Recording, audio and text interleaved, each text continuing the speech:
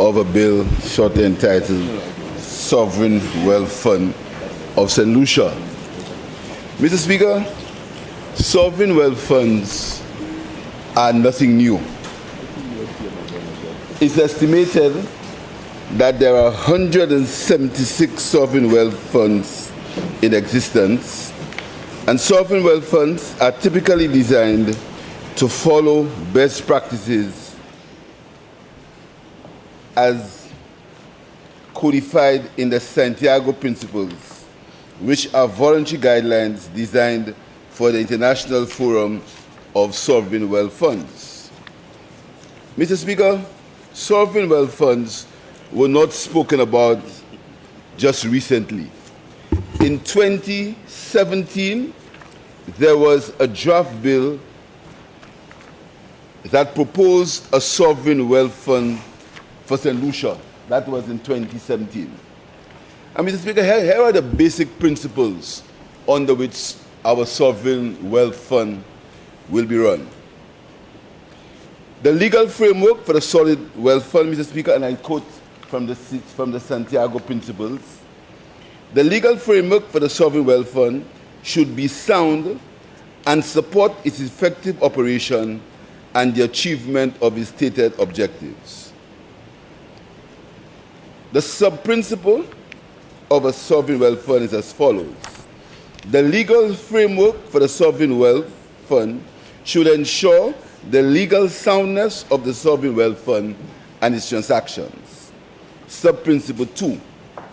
The key features of the sovereign wealth fund, the legal basis and structure, as well as the legal relationship between the solid wealth fund and the other state bodies should be publicly disclosed. Mr. Speaker, the policy purpose of the sovereign wealth fund should be clearly defined and publicly disclosed. Where the solid wealth fund activities have significant direct domestic macroeconomic implications, those activities should be closely coordinated with the domestic fiscal and monetary authorities so as to ensure consistency with overall macroeconomic policies. There should be clear and publicly disclosed policies, rules, procedures, or arrangements in relation to solid wealth funds' general approach to funding, withdrawal, and spending operations.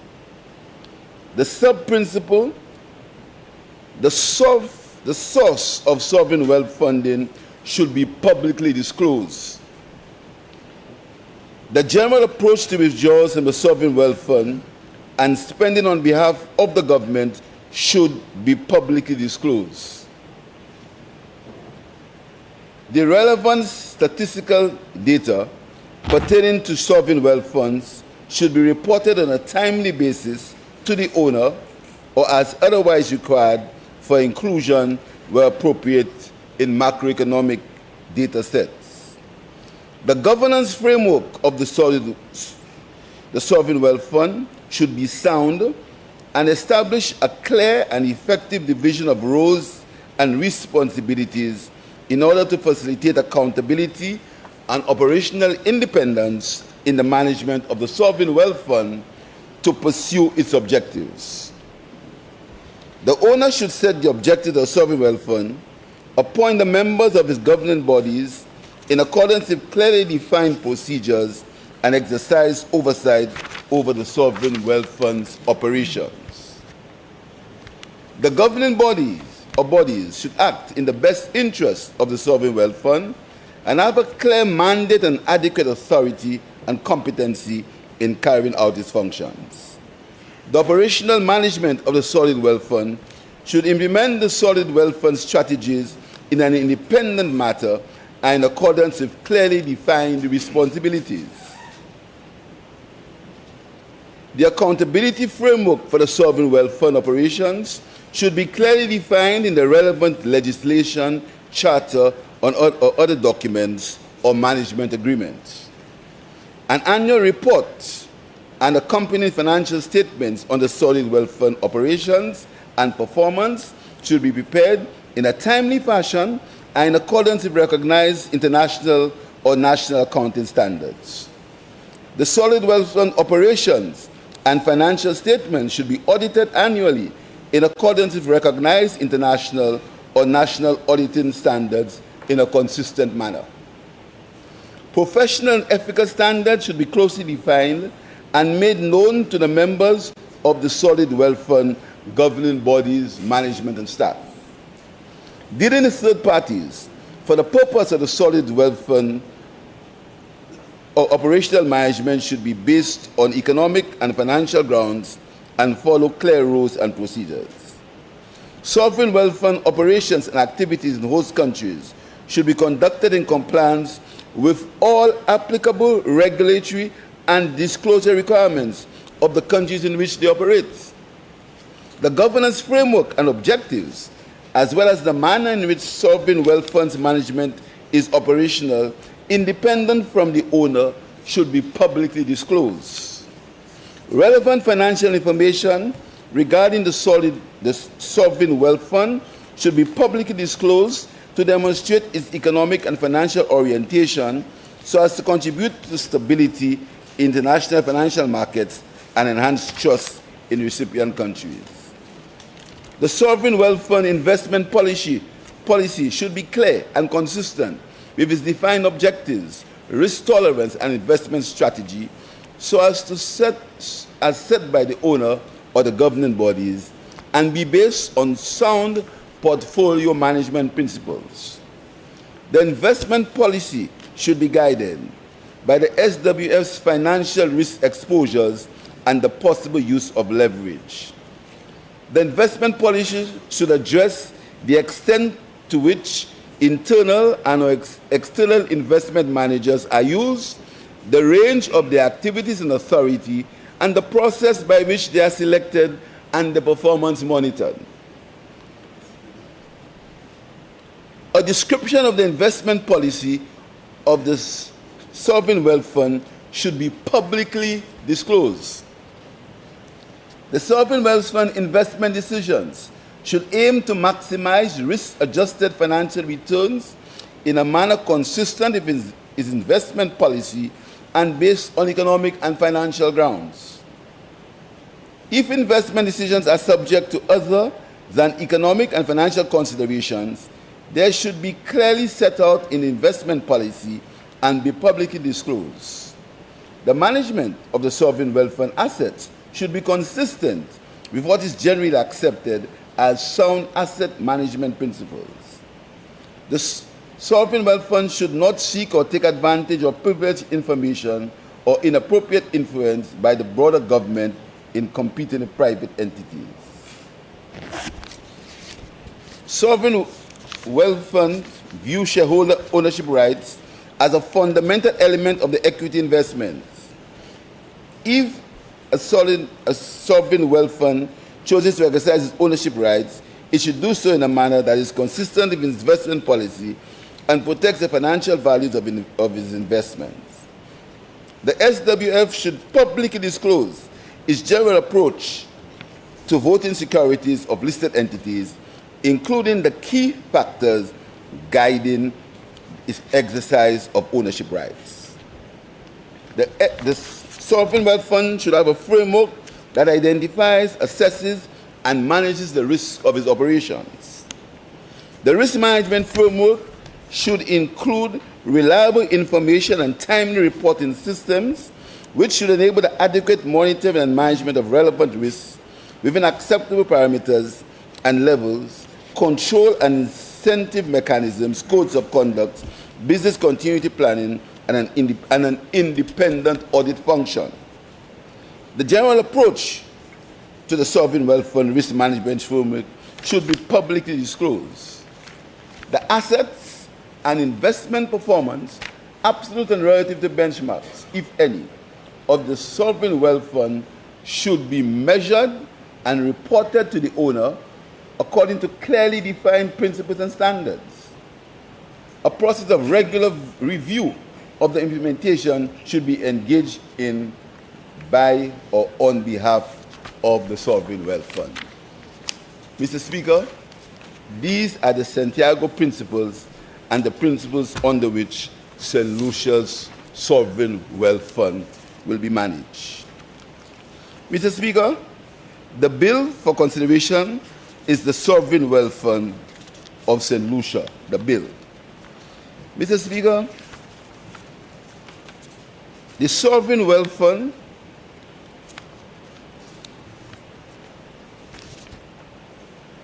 and I go to part one of the bill, Mr. Speaker. And Mr. Speaker, you will allow me, I crave your indulgence, to go through the bill in its detail.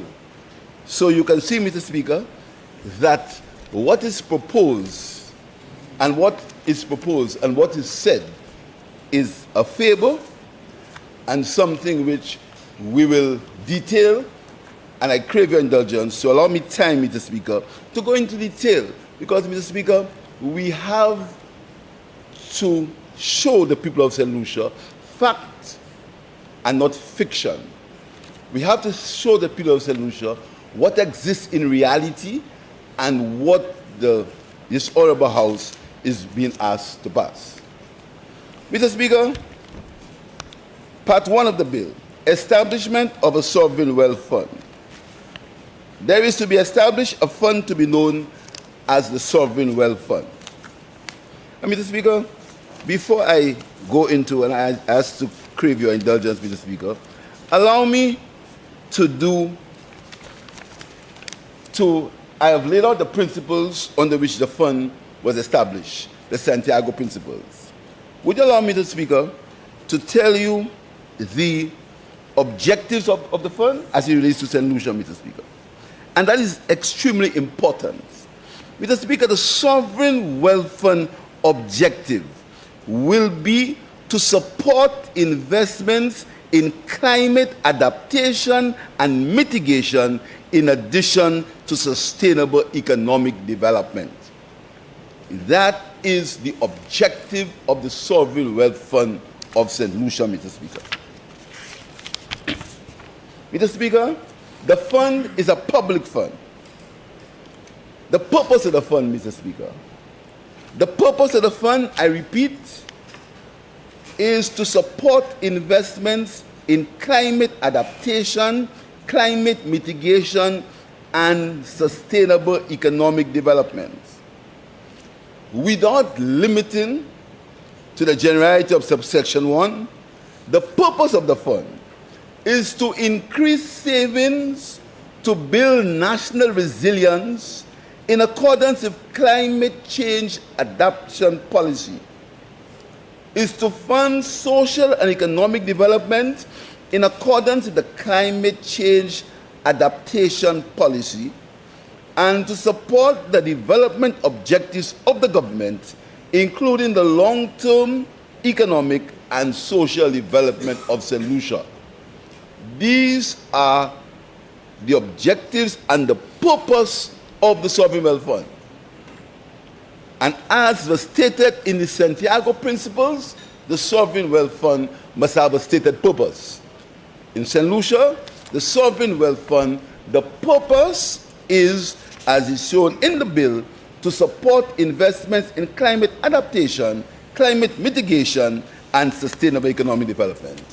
Why is it important, Mr. Speaker, for us to have our own investment or our own savings as far as climate mitigation and climate adaptation is concerned? Why is it important, Mr. Speaker? Mr. Speaker, it is important because the world knows that one of the greatest threats to mankind is climate change. The IMF, Mr. Speaker, the IMF has determined that every country, in order to meet its national, its NDCs, Mr. Speaker, the IMF has determined that St. Lucia should have, St. Lucia, Mr. Speaker, the IMF has determined in a 2018 report, Mr. Speaker, you'll note I was not in government in 2018. The 2018 report, the IMF noted that St. Lucia should establish a fund with an end target of 8% of GDP if it were to build sufficient buffers to treat the threats posed by climate change. based on the cost of St. Lucia's NDCs and the target referenced by the IMF, the initial design of the St. Lucia Fund should be focused on growing it to 4% of GDP in the first instance and the ultimate size of 8% GDP. Using the 2024 GDP numbers, this works out to be US $107 million, Mr. Speaker. So, Mr. Speaker, we did not get up one day and decide that we would have a sovereign wealth fund, Mr. Speaker. Mr. Speaker, we as a country with pride, and a country that believes in itself and its people, decided that we should start by creating our own pool of savings, using whatever resources we can.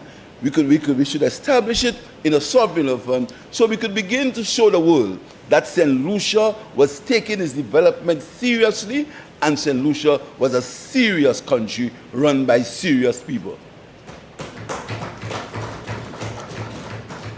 So, Mr. Speaker, we designed the Sovereign Wealth Fund based on the Santiago principles that I outlined earlier, Mr. Speaker. Mr. Speaker, I will go back, Mr. Speaker.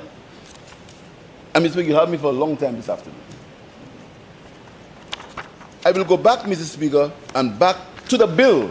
What exists in the bill, not what's in anybody's imagination. What exists in the bill, Mr. Speaker? In the bill. That's what I'm going to go back to. And I'm going to quote the bill, and I'm going to quote the sections of the bill, so the students here can read for themselves and know what to listen to and what not to listen to.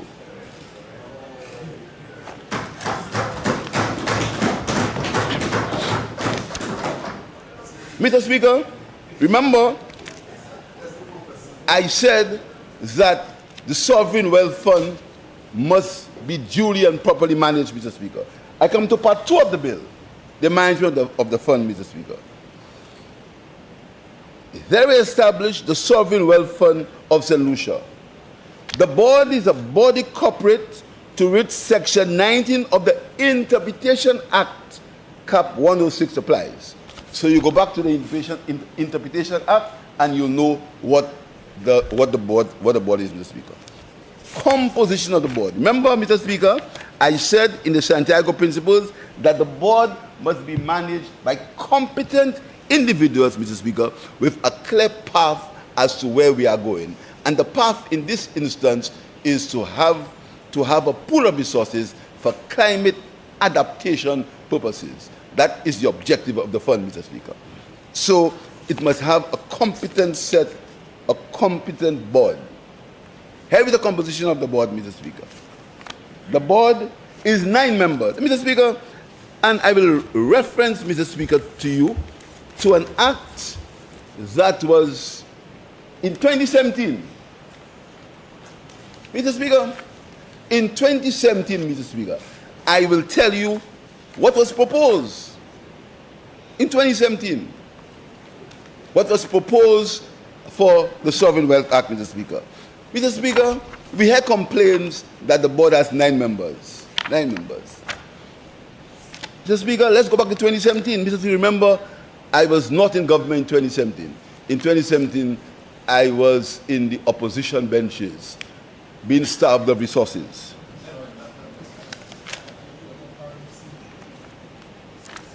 Mr. Speaker, the board, 9 members appointed subject to subsection 2 by the minister with the approval of cabinet. Get me? The board, in the old act, Mr. Speaker.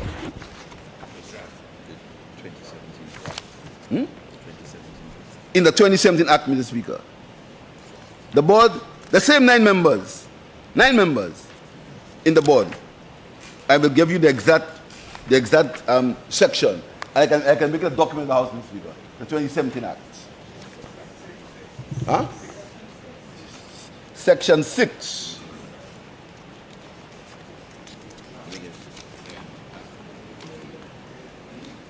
Yes. Composition of the board, Mr. Speaker. 9 members, including the chairman, appointed by the minister with the approval of cabinet, the 2017 Act. The Act now, 9 members appointed by the minister with the approval of cabinet. We're going further, Mr. Speaker.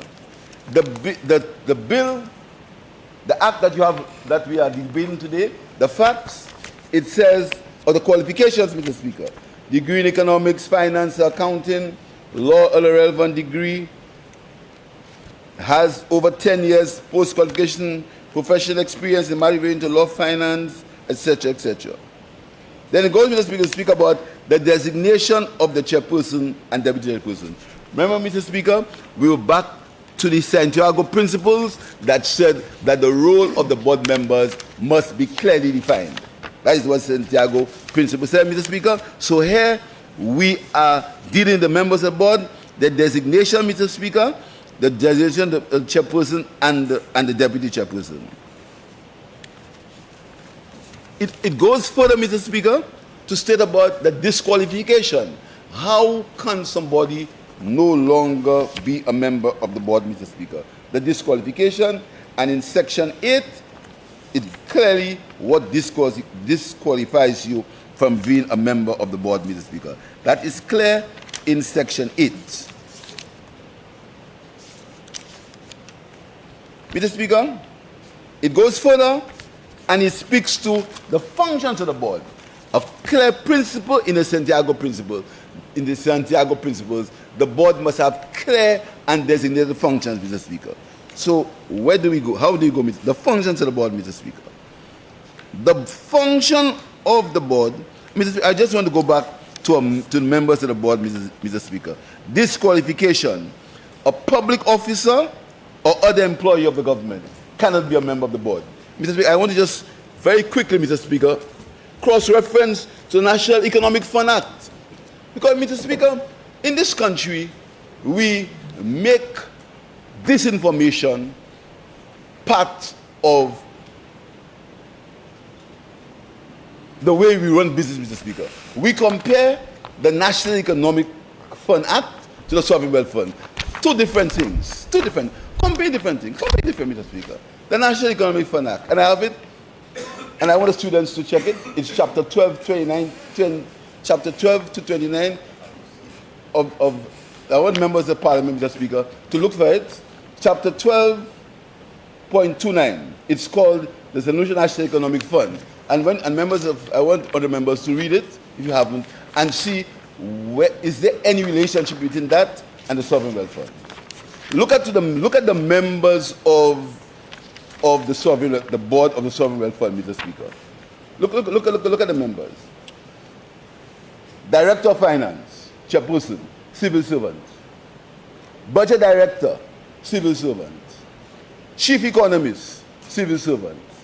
A representative from Invest St. Lucia. Invest St. Lucia board is appointed by the government. Representative from the Ministry for Commerce, civil servant. Representative from the Attorney General, civil servant. A representative from the private sector. Only one member of the National Economic Fund Board is an independent person from the private sector. Only one member. Look at the difference between that, Mr. Speaker, and the board of the Sovereign Wealth Fund, Mr. Speaker. You cannot be a public officer, you cannot be a member of Parliament, Mr. Speaker, and it states clearly who can be on the board, Mr. Speaker. His or her spouse is a director or is a full-time employment of any entity which the fund has made an investment. It says you cannot be on the board, Mr. Speaker. Functions of the board. The functions of the board, Mr. Speaker. To oversee the investment and management of the fund. The functions of the board. To oversee the investment and management of the fund. To determine investment guidelines. And that's going to be important, Mr. Speaker, as we discuss the fund lower down in the bill. to determine the investment guidelines, including the rules, policies, and directions that are most appropriate in relation to monies standing to the credit of the fund, in accordance with the investment mandate approved by the minister. Santiago Principle, clear investment mandates, clear Santiago Principle. In the bill, Mr. Speaker, in section 9 of the bill, Mr. Speaker. Listen, Mr. Speaker, Santiago Principles, there must be public disclosure of the investments of the Sovereign Wealth Fund. Look in section functions of the board, Mr. Speaker, 9E, to make reports such as the quarterly reports available to the public, including on a website. I want to read again to you, Mr. Speaker. We spoke about accountability and public knowledge. Functions of the board. Subsection 2E, to make reports such as the quarterly reports available to the public, including on a website. Anybody can on a website, Mr. Speaker. These days, they put anything on websites. So anybody can be able to go on the SWF website and see what's there, Mr. Speaker. Listen, Mr. Speaker. Another function of the board, to attract co-investment from other investors, including strategic investors, sovereign and internationally recognized investment funds, and private companies. Another function of the board, Mr. Speaker.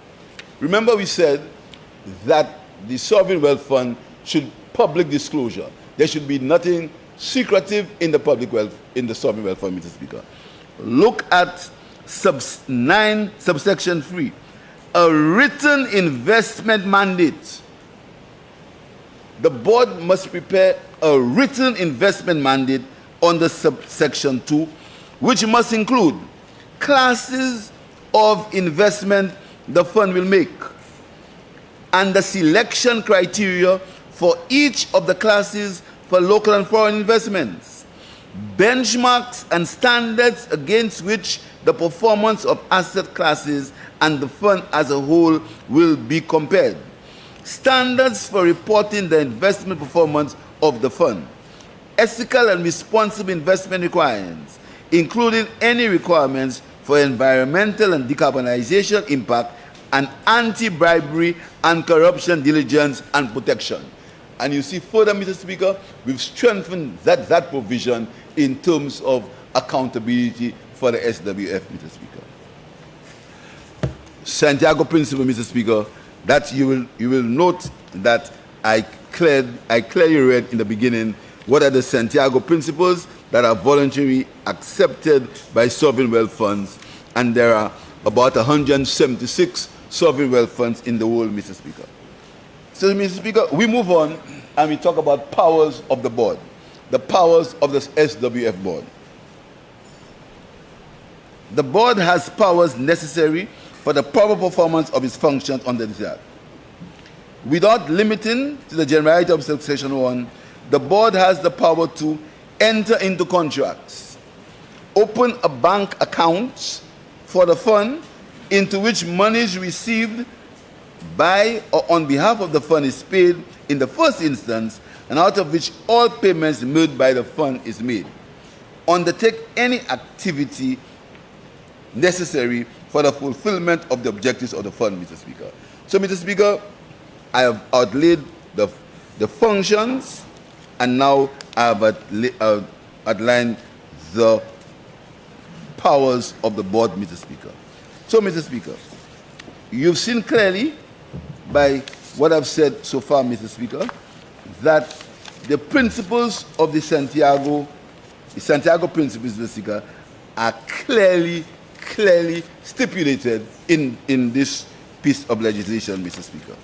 Mr. Speaker, we move forward and we discuss, Mr. Speaker, the terms of appointment for members. Mr. Speaker, remember I said to you that in the terms of employment, Mr. Speaker, that there are 9 members of the board. And Mr. Speaker, it is clear as to the purpose why there are 9 members. And if you look at 13 subsection 1, Mr. Speaker, you will see that in this act, why there are 9 members and how the composition of the board, Mr. Speaker. 3 members appointed for 5 years. 3 members appointed for 4 years. 3 members appointed for 3 years. That means, Mr. Speaker, that there will always be institutional memory and continuity in the board, Mr. Speaker. Always be. Because there are 9 members and they are rotated, Mr. Speaker. But listen, Mr. Speaker, under 13.2, a member of the board shall not serve for more than 10 years, whether continuously or in 2 separate periods of office. You understand, Mr. Speaker? For not more than 10 years.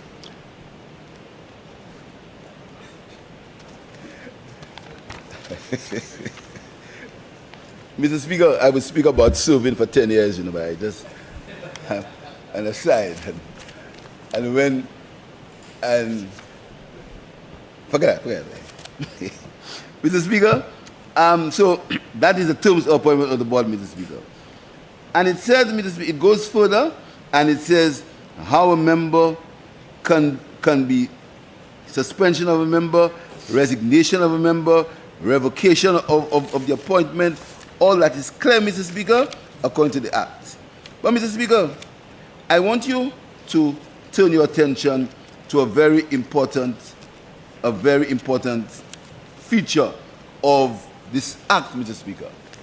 I want to turn your attention, Mr. Speaker, but before we go there, we will deal with the meetings of the board, clearly outlined. It says declaration of anybody who has a personal interest, what's the quorum, the role of the corporate secretary, and you may note, Mr. Speaker, that we chose a corporate secretary instead of a chief executive, because the 2017 bill spoke of a chief executive, but we decided that it is better for corporate secretary, Mr. Speaker, that would be able to perform both functions, Mr. Speaker, both functions. So, Mr. Speaker, we get now to I want to turn attention to section 31, Mr. Speaker. And, Mr. Speaker, you will, in these situations, you must always remember the intention of the government. The intention of the government is not to create any body or any fund where you just go in when you want. You just go in and tell civil servants that it's not their business to tell you what to do. You're not going and say, mind your business. That's not our policy. That's not your job is to work as a civil servant and not tell me what to do. That's not how we do it, Mr. Speaker. And that's enshrined in the law. Because, Mr. Speaker, I turn your attention to section 31, directions from the minister. Listen, and I want to read it, Mr. Speaker. I want to put it on the record, Mr. Speaker, for honorable members. Section 31, direction from the minister.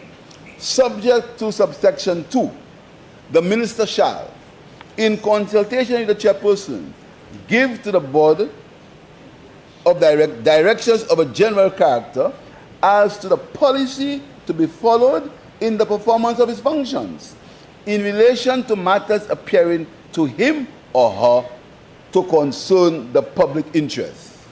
I want you, Mr. Speaker, honorable members, to listen clearly. Listen clearly. Listen clearly to subsection 2. A direction under subsection 2 must not be given. Under subsection 1, must not be given. N-O-T, must, not may. Students they have members inside there. One lawyer, which and some half lawyers. Eh? The AG. Mr. Speaker, I would really compliment the AG on the presentation this morning, Mr. Speaker. A direction must not be given to invest an amount from the fund in a particular asset. So, Mr. Speaker, no minister will be able to tell the fund to invest money in a horse racing track. Cannot do it. The minister cannot do it. Invest an amount from the fund in a particular asset, Mr. Speaker. So the fund will not be able, the minister will not be able to tell the fund to buy land in a particular place. Must, according to the law. Must not. Not may, must. Allocate assets to a particular business entity. The minister cannot, in this act, cannot. Or a particular activity. So, Mr. Speaker, whereas the minister can give the board directions of a general nature, it cannot dictate to the board what to do with the money in the sovereign wealth fund, Mr. Speaker. It cannot. Mr. Speaker, we go further and we speak about tax exemption, Mr. Speaker, for the board. And then we go to the custodian, Mr. Speaker. And Mr. Speaker, I want to make it clear that the custodian of the fund is not the investment manager. And as you go further, we'll tell you that there is a clear distinction between the custodian and the investment manager. The custodian and the investment manager are two different entities.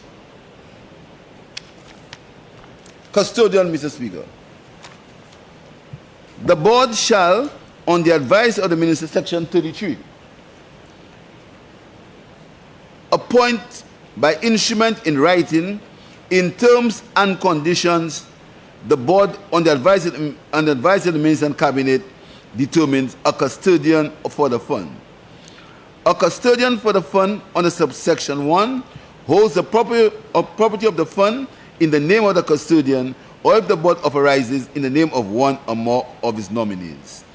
The functions of the custodian appointed under subsection 1 includes protect the fund's assets and take all necessary administrative measures in relation to the custody of the assets of the fund, maintain internal control and records that clearly identify the nature and value of the assets of the fund and cash, the ownership of each asset and cash, and the place where the documents or the title pertaining each asset are kept.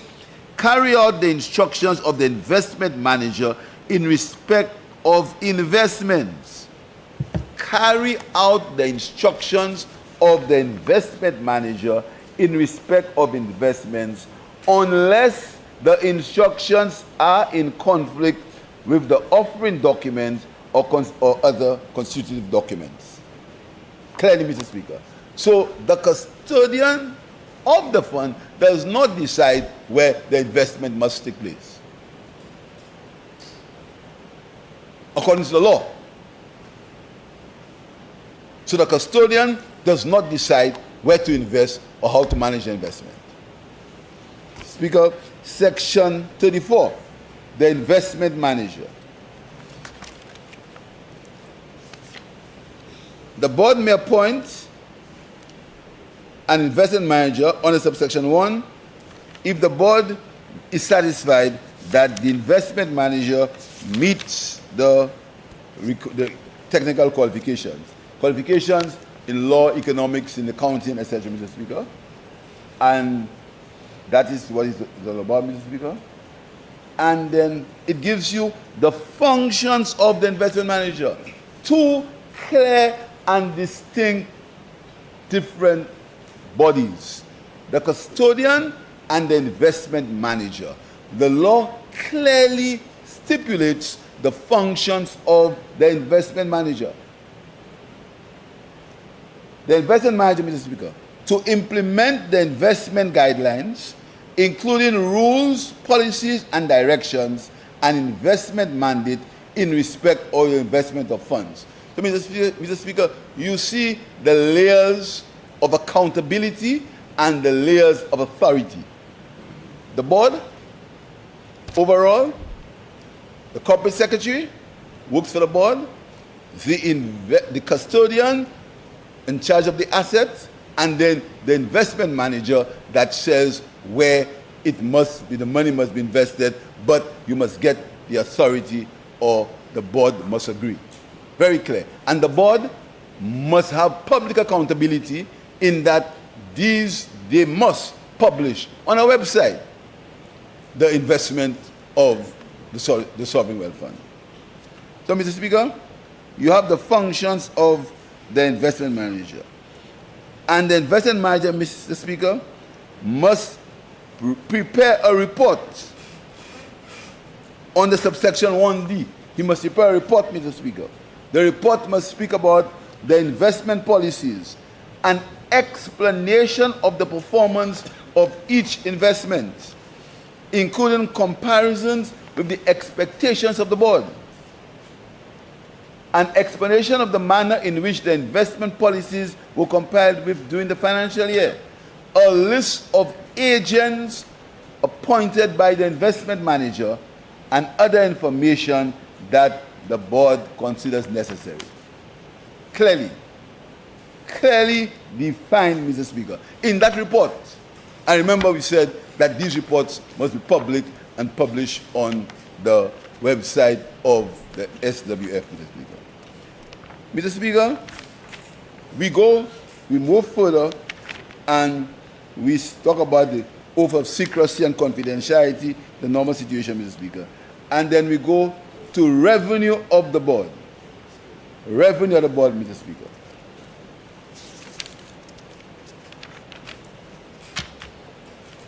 Mr. Speaker, remember I said to you that the Santiago principles that the board must conform with all local financial practices.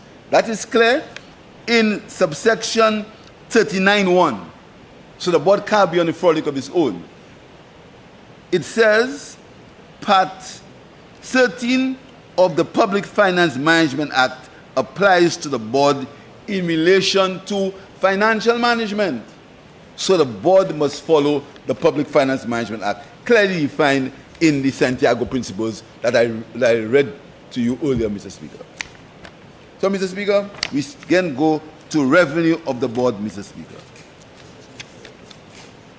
The revenue of the board, Mr. Speaker, sums allocated to the board by Parliament. So the Parliament may decide that this year we are going to allocate $2 million to the fund. That's part of our contribution to our climate adaptation policies. We're going to put $2 million in, Mr. Speaker. That's one way. Other sums that may be payable or to or vested in the board in respect of matters incidental to its functions. These are, Mr. Speaker, the revenue of the board, Mr. Speaker. That is where what part of the revenue for the board, Mr. Speaker. Now, we go further, Mr. Speaker, and we speak about, Mr. Speaker, the estimates of revenue and expenditure of the board. 41. The board shall submit to the minister its estimates of revenue and expenditure in the form the minister directs.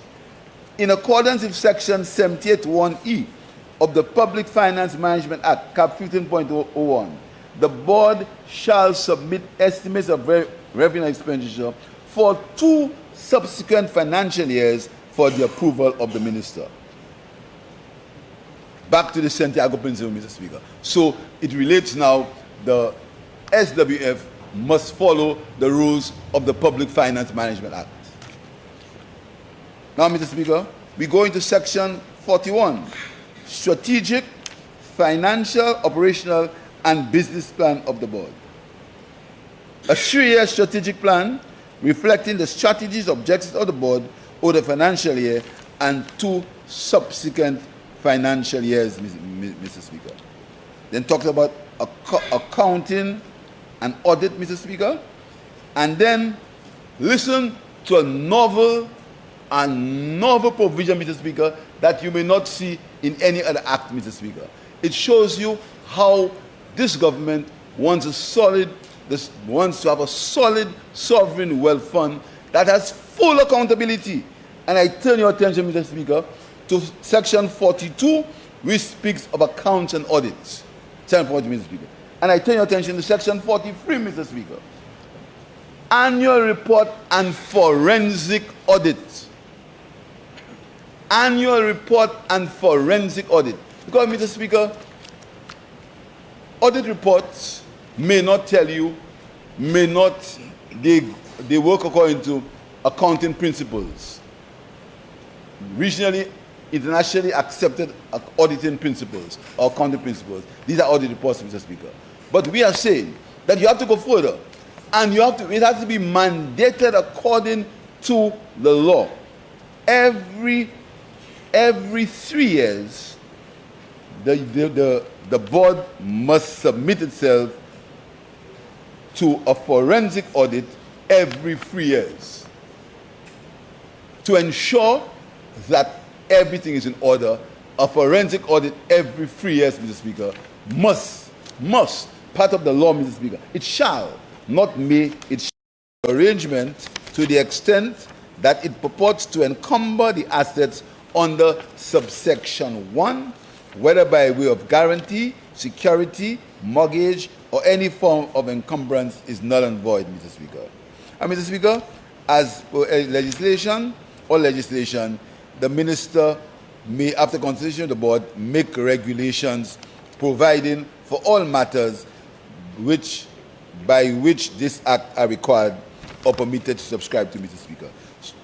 So, Mr. Speaker, the regulations will be compiled by the board, Mr. Speaker, after consultation with the minister, Mr. Speaker. So, Mr. Speaker, as I end, I think, Mr. Speaker, that there are certain things in this country that men should rise to a level of statesmanship. And I believe, Mr. Speaker, that if we understand that our role in this parliament as prime ministers, as members of parliament, well, senators, they sit at the behest of the prime minister, leader of the opposition. We'll understand, Mr. Speaker, that not everything that comes to this honorable house must be made a political football. Hopefully, you can to get some political mileage, Mr. Speaker. Mr. Speaker, when I was in opposition, we took some principled positions on policies relating to the government. I remember one of them clearly, Mr. Speaker. The St. Lucia Development Bank. I was in opposition, and I said that I don't think that the government should have gone this way. But I said to them, if it's your desire to go this way, have the bank properly capitalized so the bank can perform its functions, Mr. Speaker. We also, when we were in opposition, Mr. Speaker, we said to the government that when it came to borrowing, if the borrowing was necessary, we would have supported it. That was under Kenny Anthony.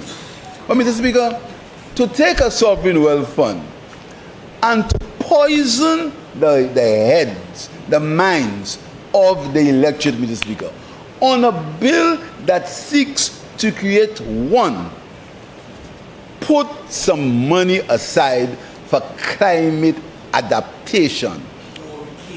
2, create an atmosphere of intergenerational wealth. Mr. Speaker, not many of us have the luxury of intergenerational wealth. Not many of us. That's a fact. I'm not casting aspersions on anybody or anything or being personal. Not many St. Lucians have intergenerational wealth. Not many St. Lucians, their parents can leave anything for them. But for your parent, for young people in St. Lucia, to have in their minds that when they grow, they must leave something for their children. This is called intergenerational wealth. So you cannot have what the sociologist Beckford calls persistent poverty. And that's good. That is good reading, Mr. Speaker, for any student of sociology. It's a book called Persistent Poverty, where Beckford postulates that people, they born poor and they die poor. It's called persistent poverty, Mr. Speaker. We are saying that the country must set the example of savings. And you save for a particular purpose. In this regard, we are saying that savings is for climate adaptation and mitigation, Mr. Speaker. Mr. Speaker, I said there are 176 sovereign wealth funds, Mr. Speaker. But, Mr. Speaker, to postulate that a country has no surpluses, so the country should not even think of having a sovereign wealth fund, Mr. Speaker. Mr. Speaker, that is wanting to keep a country in persistent poverty. Want to keep the country in persistent poverty. Want foreigners to continue to dictate and determine the aspirations of the people of St. Lucia. Because it is said that the people of St. Lucia are not resilient. You all talk about resilience? What's resilience? We are a resilient people, Mr. Speaker. And history shows our resilience. It's our resilience that caused us to be here when we were taken from Africa and brought here as slaves. It's our resilience that caused us to be still here, Mr. Speaker. So we are a resilient people. So, Mr. Speaker, when people will ridicule, you're talking about resilience? What resilience talk about? They want us to continue, Mr. Speaker, to be hewers of wood and carriers of water. That's what it wants to be, Mr. Speaker. So you say into a country, a small country, going through economic transformation, where the whole world it's a very, very selfish world. Nobody cares about us, Mr. Speaker. All those who want to run the country like a business, you see what happens? Mr. Speaker, these words must be remembered. The country must be run like a business. These were the words, not mine. All those who are pushing that theory, Mr. Speaker, they see what happens to countries when the countries are run as a business, Mr. Speaker. But, Mr. Speaker, we are saying that let the country have a culture of savings. Let the young people of this country decide that if they are making $20, save 50 cents. Don't spend all. Let's develop a culture of investment. And this is why, Mr. Speaker, in our next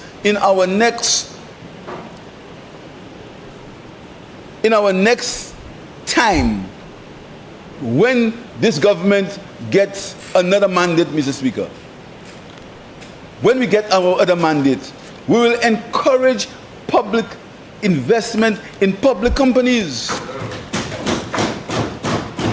We will look at seeing if we can make credit unions, expand them, because if we can people to investment, make investment part of the culture of the young people of St. Lucia, Mr. Speaker.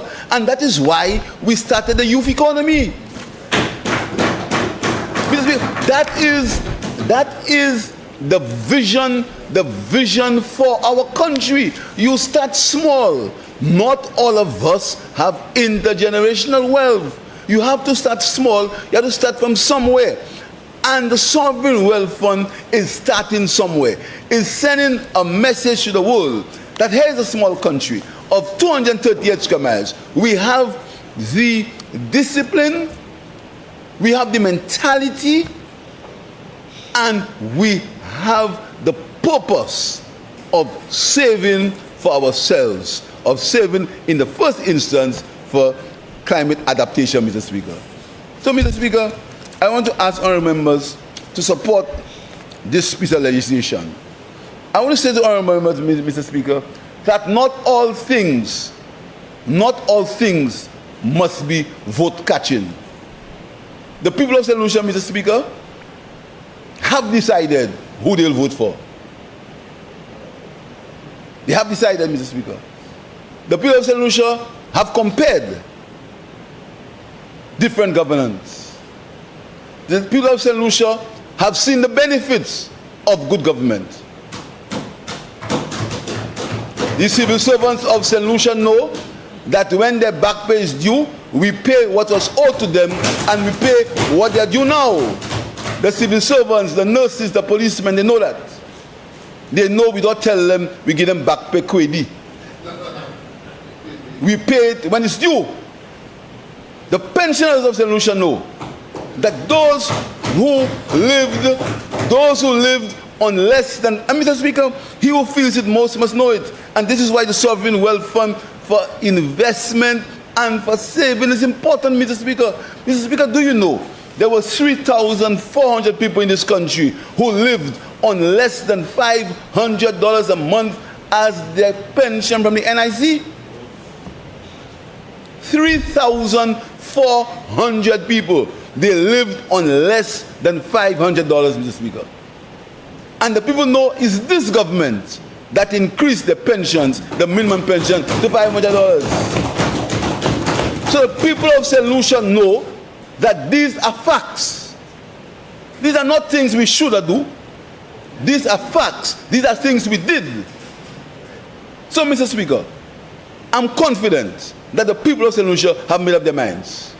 And I'm confident that the people of St. Lucia, when they see the purpose, when they see the vision of this government, in creating a culture of savings, in creating a culture of putting something aside for another day, Mr. Speaker, the people of St. Lucia will understand and come to the right direction. So I have no fear. This is why I smile. This is why I laugh, Mr. Speaker. I have no fear, because I have confidence in the resilience of the people of St. Lucia, Mr. Speaker. And I ask honorable members, Mr. Speaker, to join me. Join me in that vision of a St. Lucia where people are seeking to get involved in their own development by using their own resources. I want you to join me in that purpose and that objective, Mr. Speaker. So, Mr. Speaker, I ask our members to support the Sovereign Wealth Fund of St. Lucia Act. I thank you, Mr. Speaker.